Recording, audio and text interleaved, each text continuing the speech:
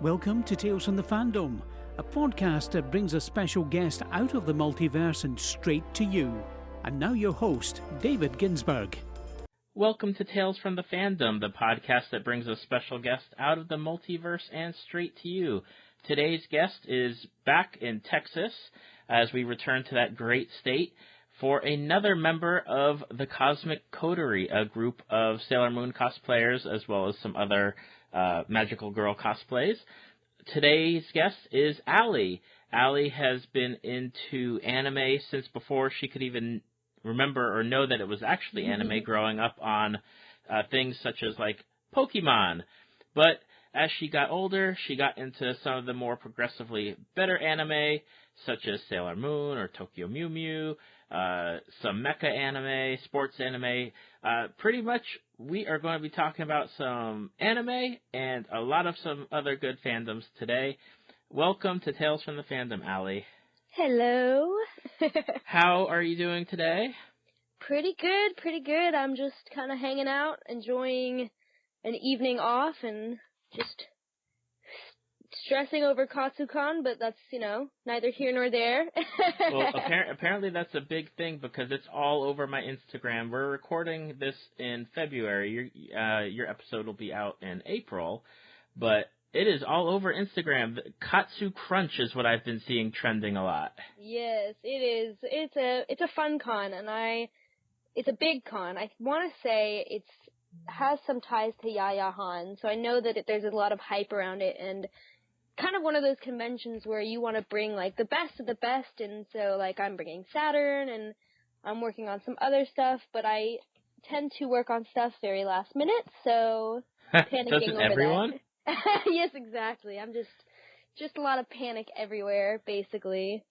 That's pretty, I mean, you gotta do what you gotta do, but I know from just looking at the stuff that has been that you posted on your Instagram and on your Facebook page that your stuff is really well done.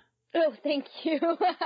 I have a lot of people that help me out with cosplay because I'm a very like cut corners kind of person, so I'm lucky to have the girls who are able to pretty much punch me in the face and say, no, don't do that. You have to iron your fabric before you sew it, and I'm like, okay. What? Why would you need to do that?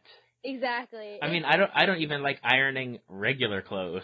Yeah, and you're supposed to wash the fabric before you use it too, because that helps with shrinking. And then ironing just kind of makes it smooth so that there are no creases when you cut it. So there's like a lot of stuff that I have found, thanks to my friends, it's helped a lot in making it look a lot nicer, because I know when I started cosplay, there are a lot of things that I didn't do, and I wondered why my costumes looked terrible. So I'm lucky to have them to, sit down and tell me what to do, basically. Absolutely. It's always better with friends, too. Yes, definitely. Now, last week's episode, we have one of your other members of the Cosmic Coterie. It was Koholint. Yes. And today we have you, and it seems that we're going to be covering a new spectrum of stuff because Koho talked a lot about One Punch Man and Mob Psycho, I believe, or Psycho Mob. I'm flipping the name around somewhere. Oh, you're good. It's Mob Psycho is probably one of. Thanks to her, I got into it, and it is awesome. I really like it. It's another one that I love. So. But you started with. I mean, like I said in the introduction, you started with Pokemon, but you didn't know it was anime. It was just another like cartoon after school or on the weekends whenever it was coming on. So what was that first anime that you really knew, like, hey, I'm watching something that's not really like Pokemon-ish at this point? My first series that I got into knowing full well what anime was definitely Love Hina. First anime and manga, actually. Like, I kind of read and watched them at the same time. But, and that was, of course, picture a little, like, 13-year-old watching Love Hina. It's an ecchi harem anime if you haven't seen it. Which, honestly, didn't bother me. I mean, I am who I am now because of it, but I loved it. It just had the right type of humor. The characters, the dub was, I loved the dub, I loved the voices, the music, the OVAs, everything. Like, I loved it, and that pretty much opened up my world to finding more things, because I watched that, and then the Cowboy Bebop movie was one of my first anime movies. I watched that before I knew what Cowboy Bebop was. Mm-hmm. So I saw a movie and was like, interesting. But yeah, it was Love Hina. I just strictly remember that being the first series I knew as anime, quote unquote. Quote unquote. I have to say, I was watching Love Hina in college. One of my best friends had introduced me to it, and it's just one of those anime that you can't help but you're laughing almost the entire episode. Oh yes. It's just everything about it was perfect. I don't know. And I never see anybody talk about it now. Like, I'll bring it up sometimes and it's just nobody knows what it is. Mm-hmm. Or if they do, it was on a coincidence basically, but it just was one of those anime that I just loved every character. Even though it was a harem anime, it's this whole cast of girls and they're all different, and I thought it was really neat just to see all these different characters basically, and surrounding one for me, somebody I kind of I kind of compared myself to at the time was the hero of the story basically, and he was this little kind of a geeky nerd who didn't do well in school, and I definitely sympathized with him a lot, at least in that aspect. Now, did you have a favorite character among the girls in the Love Hina series? Were you like a Naru girl, or did you like some of the others? I actually loved Sue. Koala Sue. Yes, because she was so crazy. And I don't know, I just love that she was like this like alien girl basically, and I thought she was so funny, and nobody really took her seriously basically, and I don't know, she was just like hyperactive child, and I also felt that really hard, because I was also a hyperactive child on top of a not so studious student, so and I love that. I loved her character though. She was definitely my favorite. I love Naru. And I'm so bad at remembering characters' name, but I do remember loving like all the characters, but Sue, definitely number one. That's awesome. Yeah, she's one of those characters that you can never forget. No. That she makes that lasting impact on you. Like, there's those characters in the anime where it might just be not even the main character, but that like character one episode. Yeah, exactly. They just stick with you for so long. You're like, what? And then you'll even think, what anime was that person from? Like, was I just making it up in my head? And I have definitely done that before. I'm like, no, they were just in one episode. It's okay. Yeah. No biggie. No biggie. So after Love Hina, did you transition more into like those kind of stories? Did you go a different way, like towards mechs? Did you go to Magical Girl? So I was watching, what every other kid my age was doing, was watching Adult Swim. Okay. So I was watching Bleach, which was premiering on Adult Swim. I was watching Full Metal Alchemist, which was premiering its first run, which I loved. Full Metal Alchemist. It's one of my favorite series. I don't know, something about it. It's one of those series basically. But I was watching that. Cowboy Bebop, which I believe was playing on Adult Swim as well. I watched like Full Metal Panic. Blood Plus, which was one of my favorites. So just like anything that was pretty much on Adult Swim, but I really liked more sci-fi, weird anime, I guess, because I don't know, there's something about it, the way that the animation was, especially at that time. Right. It was so cool to me. That's and awesome. It's only gotten better, so. Yeah, well, back in whatever it was, the 90s or 2000s, you basically took what you could get from the animators, and now they've made it so much more like incredible, like the technology and the animation and everything is so like light years ahead of what we grew up with. Oh yes, definitely. It's amazing to me to watch series now, and I'm just like, how? I'll go back and I'll watch old stuff sometimes, and I'm just like, how? These are the same studio even, and they're just so different, and it's amazing to me. It's weird, but it's amazing because it's like kids now have these amazingly budgeted anime that have this incredible CGI budget, and you know, like they use rendering and stuff like that, and like back when I was a kid, it was pretty much if it's gonna be 3D CGI, quote unquote, because I use that term very loosely, it's gonna look like they're trying to make it look 3D, and which isn't necessarily a bad thing, but it's definitely not what we have now. Exactly. And now we have even things that are being re-released, like now we have another version of Sailor Moon with Sailor Moon Crystal. Oh yes, which is I'll be honest, I have not watched it.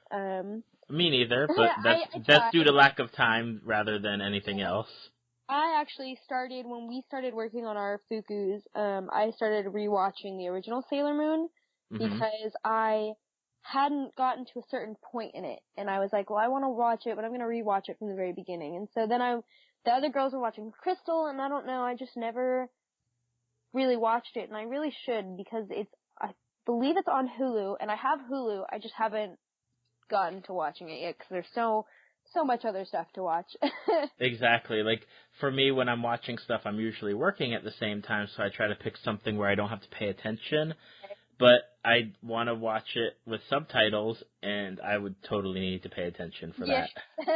Yeah, we'll do that when we work on cosplay. We'll put on something like, when we were working on our Tokyo Mew Mew stuff, we put on Code Geass, and we watched it in English because it was pretty much background noise. And, you know, it's sometimes like, I don't like the English dub, but I don't want to play the Japanese because then I'm going to sit there paying attention to the subtitles and not doing anything. So. Yeah, I was watching the re-release or the new season of Voltron last week, and I was like, I gotta stop stopping just to watch the action. I need to keep doing what I'm supposed to be doing. Exactly. So, let's talk about Sailor Moon just to kick things off. Alrighty. Now, you're part of the Cosmic Coterie, and we'll be talking about cosplay near the end of the show, and you do Sailor Saturn. Yes. Now, is she your favorite Sailor Scout, or do you have a different Sailor Scout that you're more attached to? So my favorite, it's kind of weird. So when I was a kid, I loved Jupiter. Okay. And I still do. Jupiter is probably my favorite Scout. But I also really loved Mercury, and Mercury was actually the one that I always wanted to cosplay.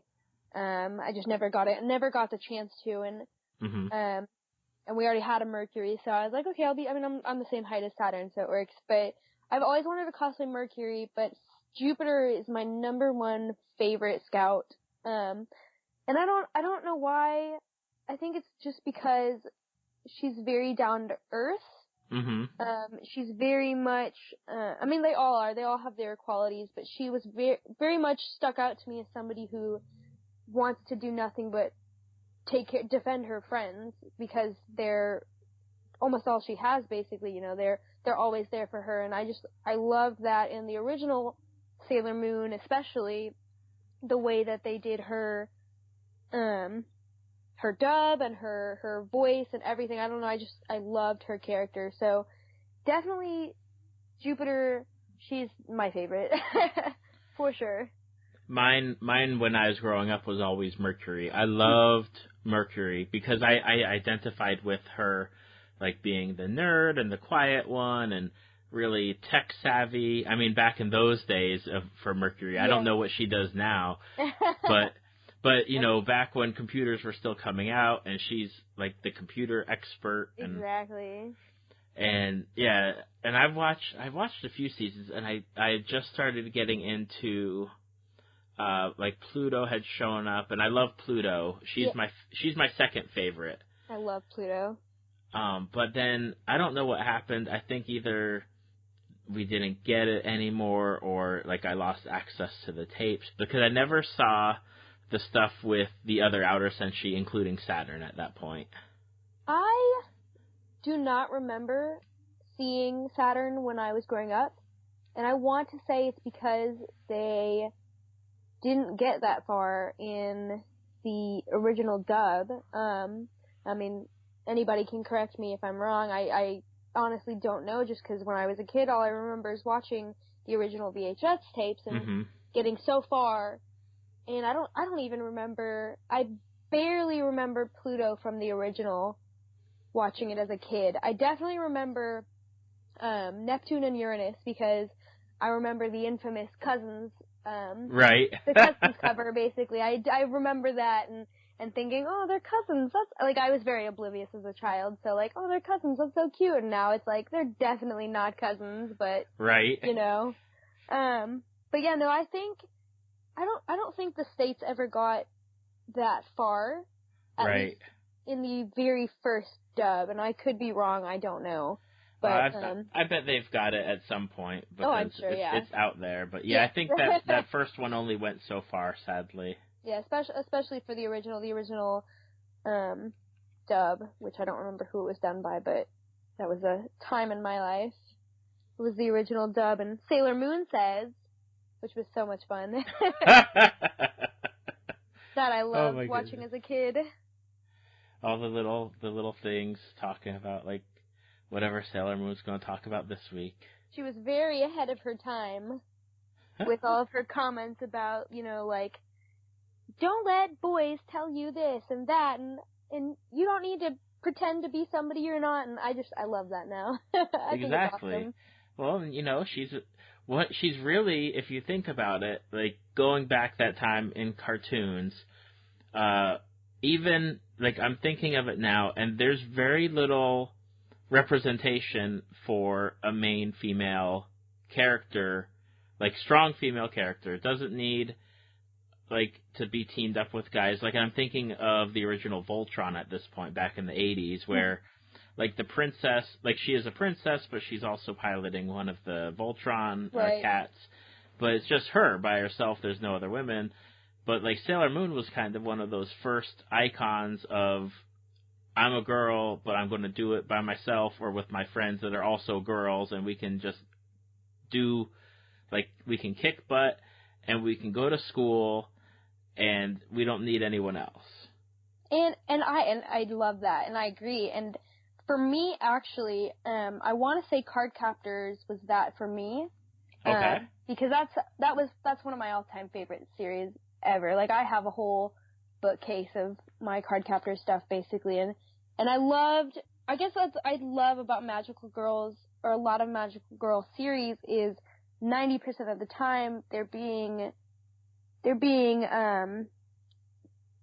cheered on and helped by their friends who are also females, not some male sidekick. You know, like Sakura had Sharon and Yue and Karo and all these other male and in the original manga, you know, they're male identifying basically, because they were these characters that were like genderless, but they were males basically. So she had a lot of those types of characters around her.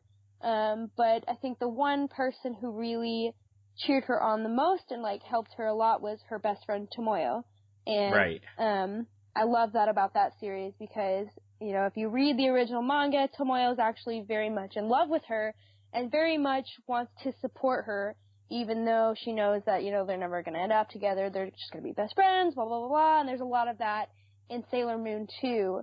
And I guess now, to get even more technical, as somebody who is queer and lives for that sort of representation, it's really cool to go back and watch my old series and see, like, all of this stuff coming to light now that I actually recognize it and understand it. And that's, I think, why I love Magical Girl series, because it's a lot of girls supporting other girls, you know, girl power, basically, and I think that's awesome. You don't have a lot of that. Exactly. It's something that's always needed, because I know I always read the articles, and I have a lot of, like, female friends, and they're always talking about how, you know, you should be supportive, you shouldn't be, you know, don't post negative comments, or don't post negative, feedback or negative things, you should be building everyone up and Right. supportive rather than what it's become as far as like recently, especially with social media and stuff. Oh yes, I agree 100%. And I try my hardest not to say, because like in especially in the cosplay community, there's so much still to learn, and a lot of people don't know or have resources to figure out or even attempt. Like a lot of people don't have access to sewing machines of their own, things like that. And there needs to be more being built up. And I want to be a part of that. Like I love, and that's, whenever we go talk about it later, just that's what I love about being with the coterie is we're very much a part of the belief that there needs to not be so much negativity in the cosplay community because everybody's situation is different. You don't know what somebody's going through. You can pretend to know, but everybody's going through something else, going through something specific to their lives, and that's, I think, a lot of bringing this kind of around back to Magical Girls is that happens a lot in Magical Girl anime as well. Is there's just very much supporting everybody and trying not to be so negative because of whatever situation the person is going through, kind of thing. It may not be out there outright, but it's definitely something I've recognized anyway from watching it for so long. Oh yeah. Now you were mentioning Card Captor Sakura. Yes. And I'm familiar with it, but what's the story behind it? Because I know that she has like a claw hammer type thing, and she hits cards, and something happens, but it's not like Yu-Gi-Oh where like you're dueling with cards, or like Magic the Gathering, I think. What's the story behind Card Captor Sakura?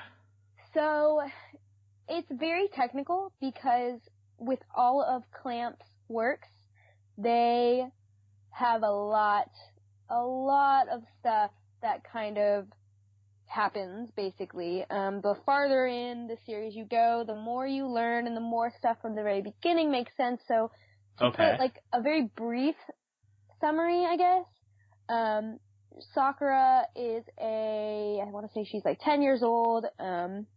One day she is called out to by a book in her father's study basement.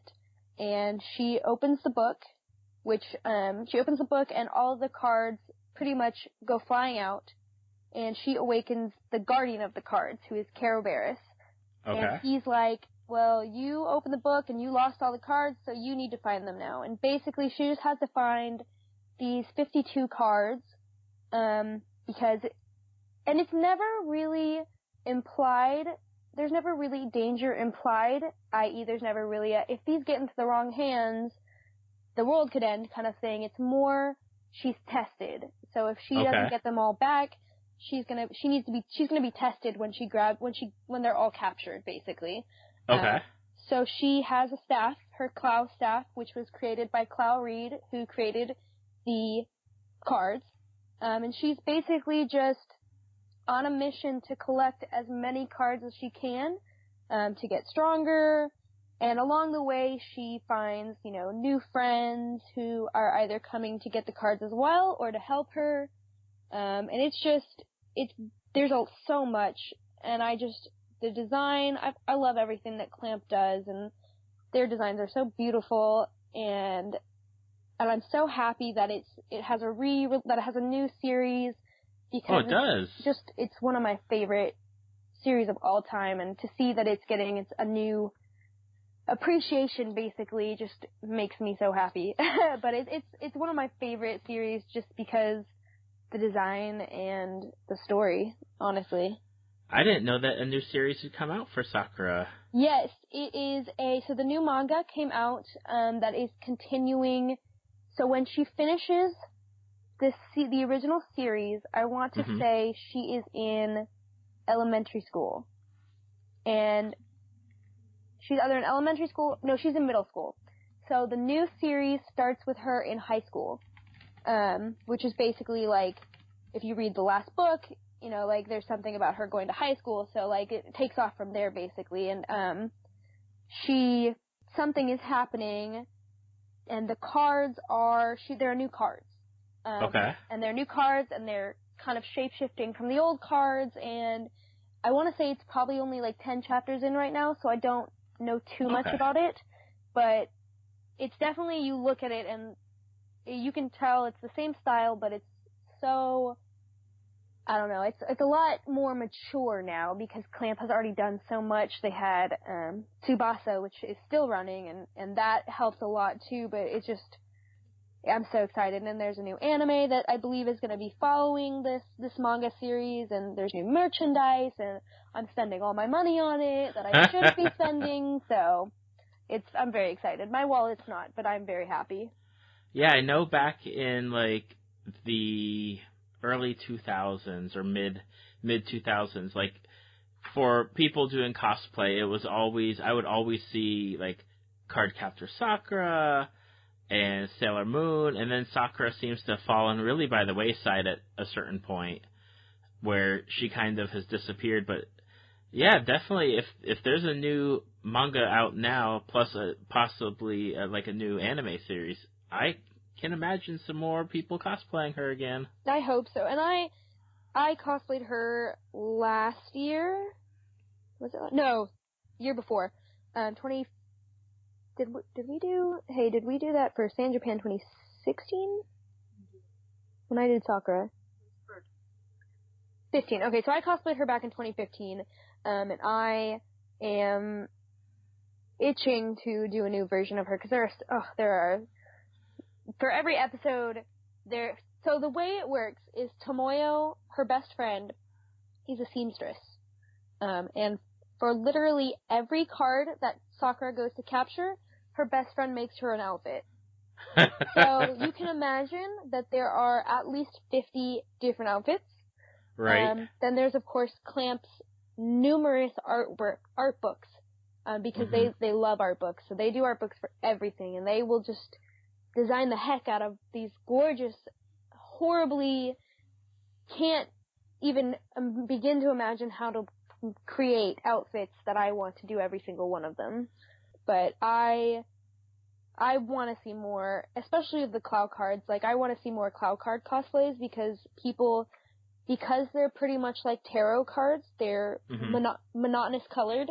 They're like, the set that I have are like yellow, basically. And unless they appear in an episode, they really don't have a color scheme. Okay. And people take artistic liberties with it, and I love that. I think that's so cool. That is cool. Seeing that aspect, especially. You know, it's always cool to make a twist on characters. I mean, that's one of the things I love about certain people I've talked to, is they'll take a character and they'll radically change it. They'll make it like a steampunk kind of character, or like futuristic sci-fi, or like throwback to like a 50s style for the character. Nice. And, you know, that's always something that's really cool to see, is just you take that really base character and just put your own twist on it. I love that. I think that's so awesome. Now, you have another anime that you'd like to recommend, and you think that it's underrated. Very. That you think that the art style is wonky, but it's beautiful, and the main character is one of your favorite characters ever. So the series is called King of Bandits, or King of Bandits Jing, or Jing King, but however you want to call it.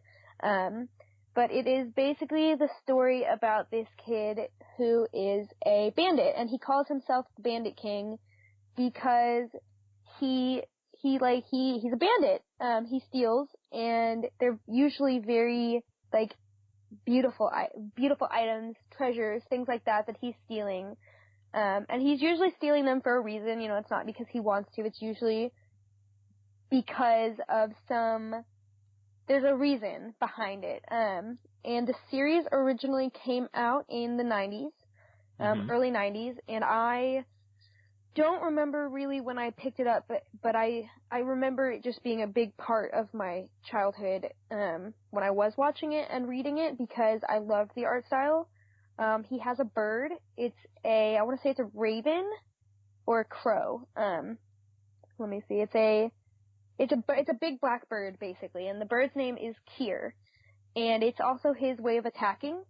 But so he's got the bird, and I don't know, it's so hard to describe without actually seeing it because the art style is, like I said, it's wonky, but it's gorgeous wonky because it's very detailed. It's very sketchy, like there are a lot of sketch marks, things like that. Lots of angles, sharp angles. But it's like, I don't know, it's one of my favorite series that I have come across just because of the design, and the plot itself is just, I think it's awesome because it's this little kid who is very underrated and nobody takes him seriously, but he's got this giant name behind him of being the Bandit King, and everybody knows who the Bandit King is, but they don't know that it's this kid. Okay. You know, they don't know that, oh my god, it's this like not 5-year-old, but he's a young kid who steals things, and they don't realize it's him until afterwards, after he's stolen it, and they're like, oh, he's the Bandit King, that's fun. But it's definitely something I recommend to everybody. Funimation, I believe, did the dub, at least for the OVA. I'm looking it up right now just to kind of give a little bit more. But Funimation did the OVA for it, which I loved. It's called Seventh Heaven. But the original dub is pretty decent. I liked it a lot. I watched the dub. I honestly don't think I've ever seen it in Japanese, so I like the dub, and I love the animation. And then the manga, there's only like 6 or 7 books, I think. So it's a very easy series to read if you ever have time to read it. Okay. It's just like a very short series, but it's awesome. Like, I love it so much. One of those 90s series. Who would you recommend it to? Like, what's the target audience for King of Bandits? Is it just easily accessible for everyone, or is it geared towards, like, people that like science fiction or fantasy or a mixture of both? So it is very much a shonen geared series. It is mainly because it's this male character who is accompanied. There are a lot of like his like girls, the girls that he like steals to, and they're like drawn very promiscuous and everything. So it's very much geared towards that type of audience. Okay. If you like Cowboy Bebop, you might like it.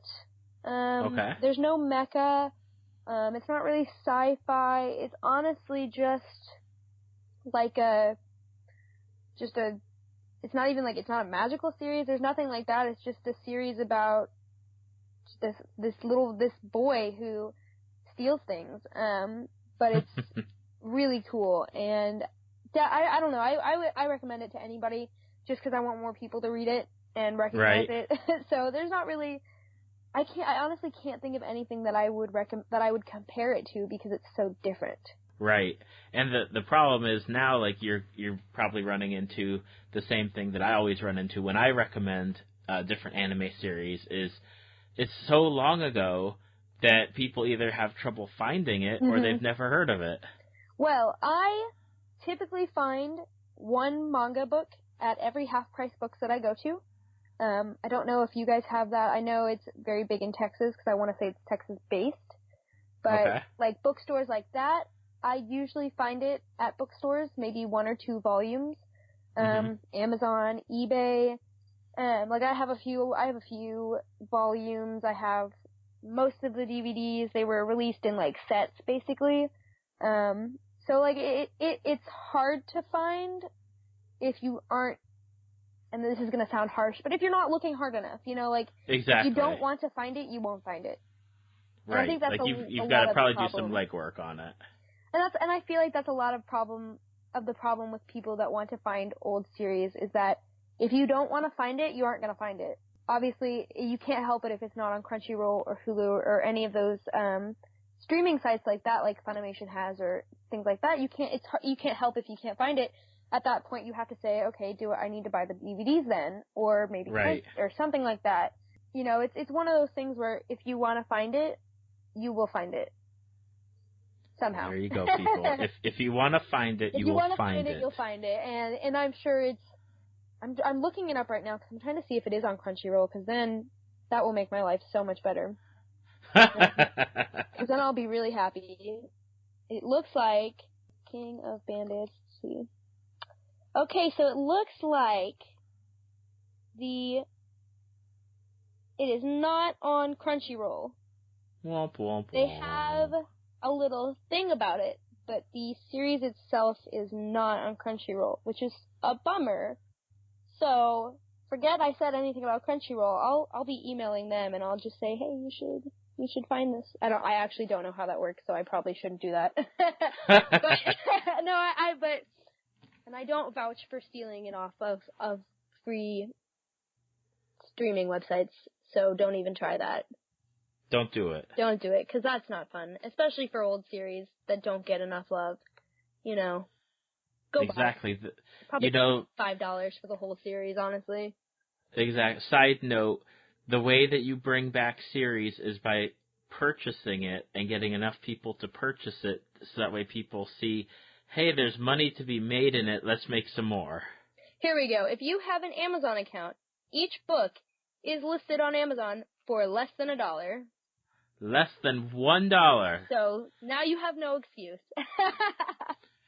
For the price of your Frappuccino at Starbucks, you could have the whole series. Exactly. And as somebody who works for Starbucks, I can confirm that. Oh, there you go. There you go. Now, we've been mentioning from the very beginning that you are into cosplay. You're a member of I don't know how popular you guys are in Texas, but I found different members of you while I was looking for guests for the podcast, and I've heard of you guys through other guests like Jeremy, Strife the Warrior, One of our good friends. Kristen Nicole. Yes, her. And you Cosmic Coterie won I think is like best group or best in show at a convention last year. We won best in show at A-Kon in 2016. Yep. So almost a year ago, actually. So I'll start off with, how did you first get into cosplay? Like, what was that first thing or the first trigger of, I want to dress up like a character from a TV show that's not Star Trek? So my first convention was Anime Fest in 2007, which is really funny because now I'm kind of working with Anime Fest, so I think that it's funny that it's kind of come full circle now. I love that convention. But I went to Anime Fest in 2007, and I went with my mom because I was 14 at the time, I believe. I think I was like 14, 15, and I wanted to go really badly because I really wanted to meet Quentin Flynn. He was one of my favorite voice actors when I was that age. So I went, and my mom went with me. We went for a day, and I just remember like seeing all of these people dressed up and thinking, I am very out of place here, like very out of place.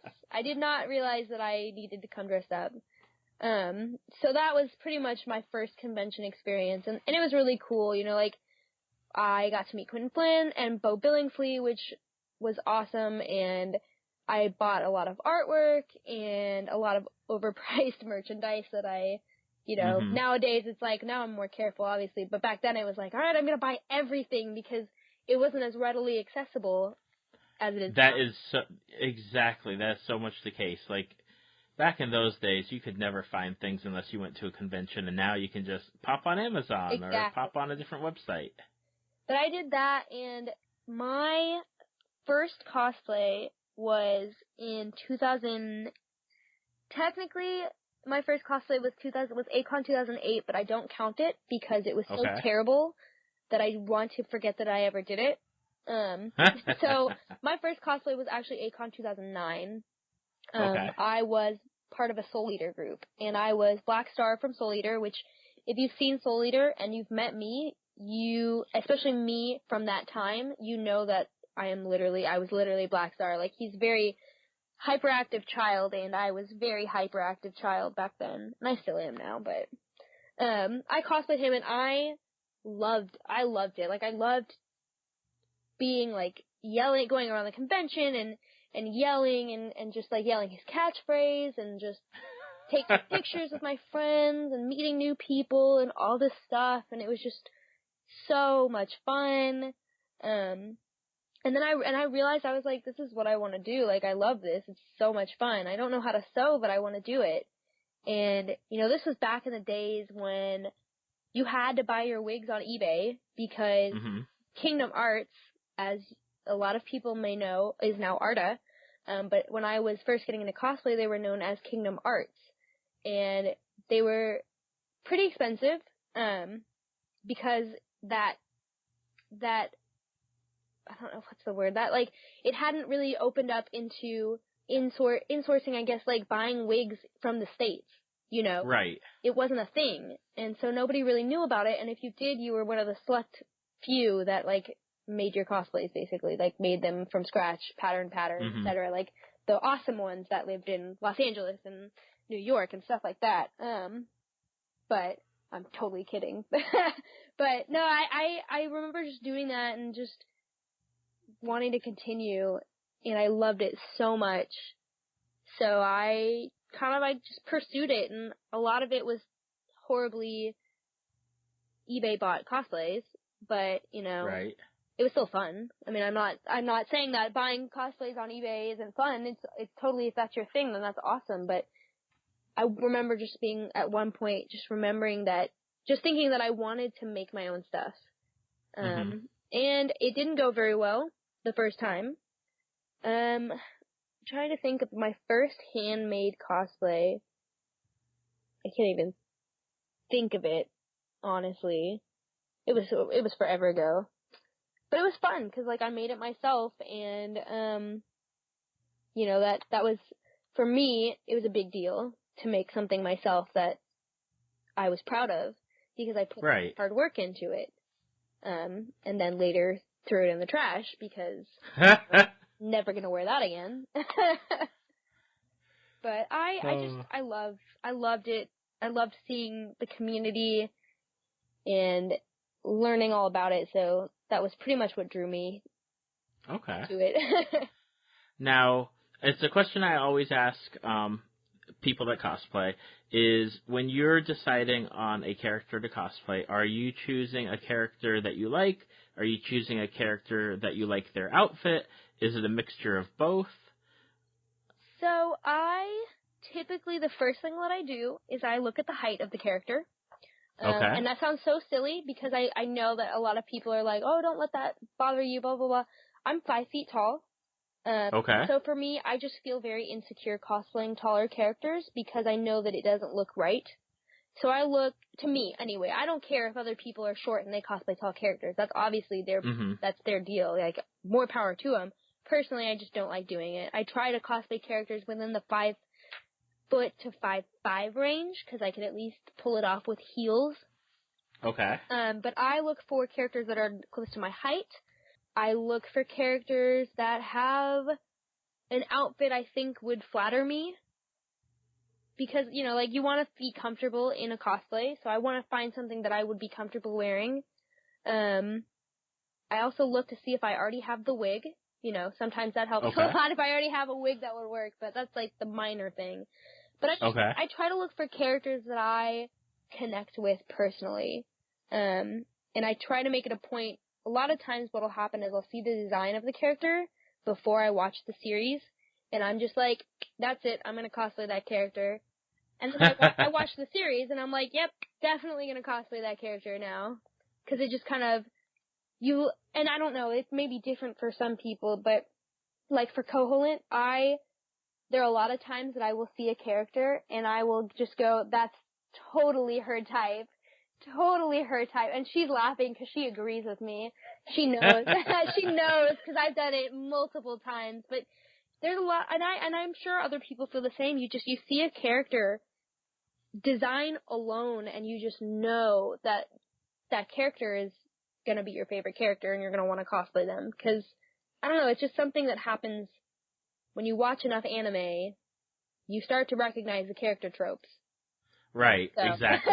you start to recognize, okay, the glasses character is probably going to be a geek, and sometimes it changes, but, more often than not, So I definitely look at that as well. Okay. Now, do you have any favorites that you've done? Saturn, for sure. I love Saturn. I love finally having been able, I cosplayed Chibi Moon a while back, and I liked cosplaying it, but I like Saturn a lot more, and I don't know why. I love her character, but I loved cosplaying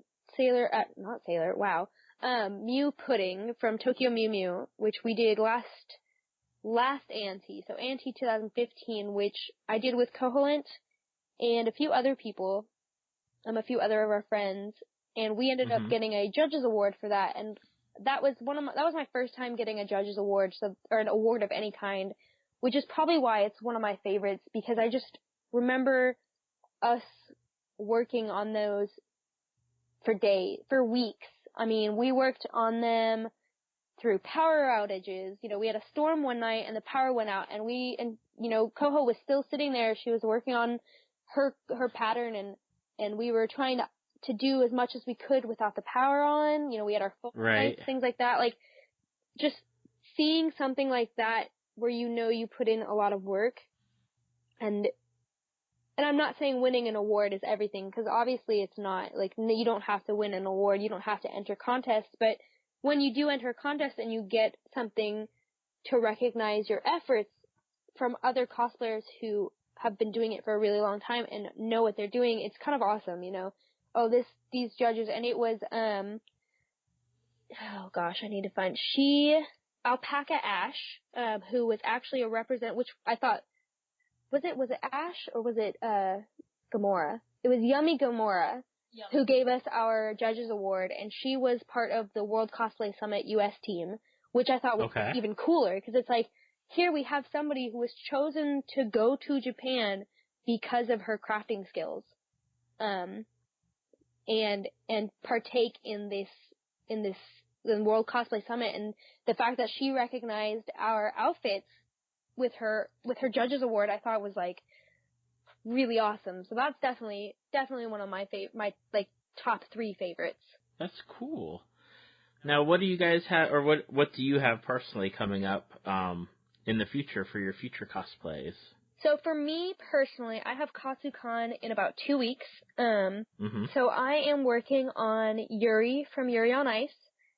Okay. I was sent a bodysuit from We Love Colors, who I am obsessed with. I love their stuff. We use their gloves for our fukus, and they're awesome. But I will be turning one of their bodysuit unitards into his Eros outfit. So that's going to be a fun challenge. Because I've never really done anything like that before, but it's something I wanted to do, and they're trying to support more cosplayers, so I think it's really neat to get to do that. But that's cool. I'm doing that, and I am also doing Shippo from Inuyasha, who is somebody I've wanted to cosplay forever because I love him. So, I love his character so much. Another character that I identify with very much so. That's in the Wayback Machine, Inuyasha. I've been wanting to do Shippo for a really long time, and I finally said, alright, I'm gonna do it. I've already kind of had a little bit of experience working with fur. You know, we did it for our Tokyo Mew Mew stuff, so I kind of have an idea of that, and just making a hakama, my first time doing that. So it'll be, and then styling a wig. It's all a lot of stuff that I really haven't done in depth before, that I'm really looking forward to. That's awesome. Now, how did you get involved with the Cosmic Coterie? About a year ago, about a year or so ago, I met Space Cadet Cosplay at Anime North Texas. She was wearing her Eternal Sailor Venus, and I got a picture of her, and because I thought she was so cute. And then a few months later, they posted on their Instagram that they were looking for a Saturn cosplayer. And I thought, well, I don't have one, but I'd love to try. I'd love to, make one. And so I met with the members of the group, and they pretty much welcomed me into the group, and that was how it started. And that was almost a year ago. I think next month, maybe, was when I joined. And it's just been, this insane stressful, awesome journey with them.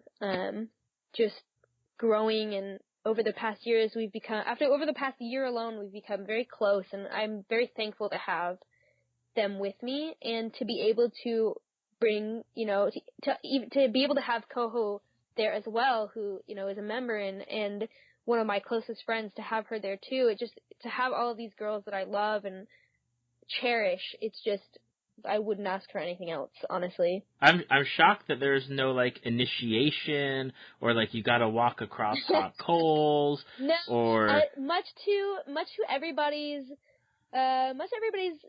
belief. Again, there was no real initiation. There wasn't anything specific. We didn't have to steal a pig from something or whatever. It was pretty much just they were kind of specific. They were we're looking for somebody within this height range. There was really no other requirement. It was just they wanted, which I understand, especially as somebody who wants to cosplay characters close to my height, they wanted to keep very much in that, well, we want to be not exact, but similar. So I ended up emailing them and I said, I would love to meet with you guys. I'd love to just to see. And it was pretty much just a, almost a very laid back sorority recruitment. But I say that in the way that, as somebody who's been through recruitment, I know what it's like. Just meeting them we met at a Starbucks and we just talked about, we didn't even talk about the cosplay itself. We talked about everything. So they're very laid back, awesome group of girls. And there's a lot of stipulation about cosplay groups, and I think that I want to be able to have I just want us to be able to say, it's really not nasty. It's not sorority. That's all, that's pretty much it. We're not a sorority. We're not, we're not gossiping and nasty and stuff like that. We're just a group of girls who like to cosplay and coincidentally like to cosplay the same things. That's pretty, it's pretty much it. Right, and you guys all do a phenomenal job. Your Sailor Moon stuff is always amazing. Thank you. And it's always nice to see, because I follow you and Koho and Space Cadet, because she does Venus, and it's nice to see the tutorials and the help and the stuff that you guys are putting out for how the step by steps and the tutorials and interact, you guys interact back and forth with people, and I love seeing that. That's one of the things that it makes me happy. It was definitely our number one priority when we formed the group. When we finished after A-Kon, we were just okay, this is what we want to do, because we we hated that elitist view of not. I mean, obviously there are times where you do something so specific that you really don't want to share it, and maybe it's out of convenience. Somebody may look at you like you're crazy kind of thing, but just that whole idea of not sharing how you did something specific only because you did it, and we hated that, and we wanted very much to come out and say, we used these tutorials and these patterns and these things, we modified them to fit ourselves, but this is what we did, and we want everybody to be able to cosplay Sailor Moon because it's one of our joint favorite series, and we want everybody, regardless of size, race, gender, to cosplay what they want to cosplay. Obviously, whatever makes them comfortable enough, but we want everybody to realize that there is no requirement to cosplaying something. We have Mindy, who is gorgeous, and she just does a phenomenal job with her cosplay. She looks amazing. She is the geeky seamstress. She is our Pluto, and she was Jupiter in one of our photo shoots. And she's gorgeous, and she does an amazing job, and it's just awesome to have someone like her who can embody everything about cosplay that I love, honestly, because she rocks every cosplay that she does, and we just want to be able to say, no matter what you look like, you can cosplay whatever you want. It's not, there is no guideline, there is no specifics to cosplay. I mean, obviously there are, but like in this situation, it's kind of like, just do it if you really love it. And that's, if you love it, do it. And that's our motto, like, just very much, if you want to cosplay, oh my god, Overwatch is done. Sorry. Overwatch just finally down, but yeah, sorry. That scared me, it like popped up. But yeah, no, that's pretty much our thing, is we really want to see everybody cosplay what they love, no matter what, and if we can help even just a little bit, we want to be able to help. Absolutely, and that's always the best thing, is lending that helping hand. Oh, yes. Now, for everyone who's listening, and they want to go check out, like, your pages or pictures or whatever, what's the best place for them to find you? So it's very easy to find me. I go by Pocket Sized Cosplay on pretty much everything. My Facebook page, my Instagram. Don't find my Twitter because it's not cosplay related, so I'm not even going to mention what my Twitter is. Okay. My Twitter is very much my like personal, pretty much, so there's really nothing about cosplay on there. But my Facebook page and my Instagram are my top places to find me. So Pocket Sized Cosplay, okay, as well as Cosmic Coterie. I'm also on that Facebook, Instagram, and our website, which is just cosmiccoterie.com. And we have our patterns up, our tutorials, our photos. We're going to start putting up some information about our future project, which is Puella Magi Madoka Magica. That's a mouthful. Okay. That's our next big project, so we're going to start working on that. We're actually working on that now, but we're going to start posting some work in progress pictures of that, because it's going to be very different from Sailor Moon, and I am psyched. That's awesome. I'm looking forward to seeing your stuff. And for everyone listening, I'll have the links on the show notes, as well as our Facebook page or the website for the podcast. Sounds good. Well, Allie, I know you are eager to either A, get back to doing cosplay prep, or B, possibly playing some game that just finished. I think it's like an indie game that just came out. I'm not too sure. I don't think many people know about it, I have been waiting a very long time to play this game, so I don't know. I gotta work on cosplay. I have to work on cosplay, so it'll have to wait. It'll have to wait, but at least it's downloaded now. I have the option. Well, thank you so much for taking your time out of I don't know if you maybe were working on cosplay while we were talking, but taking your time out to actually talk to me for this podcast, and I appreciate it. Thank you. No, I probably should have been working on cosplay, but, it's whatever. It'll get done.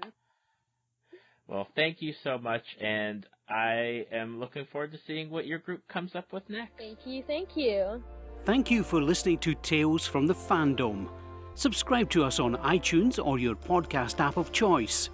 Follow us on Facebook at www.facebook.com/talesfromthefandom to see photos, links, leave feedback, and check out upcoming guests. If you'd like to be a guest, email David at talesfromthefandom@gmail.com.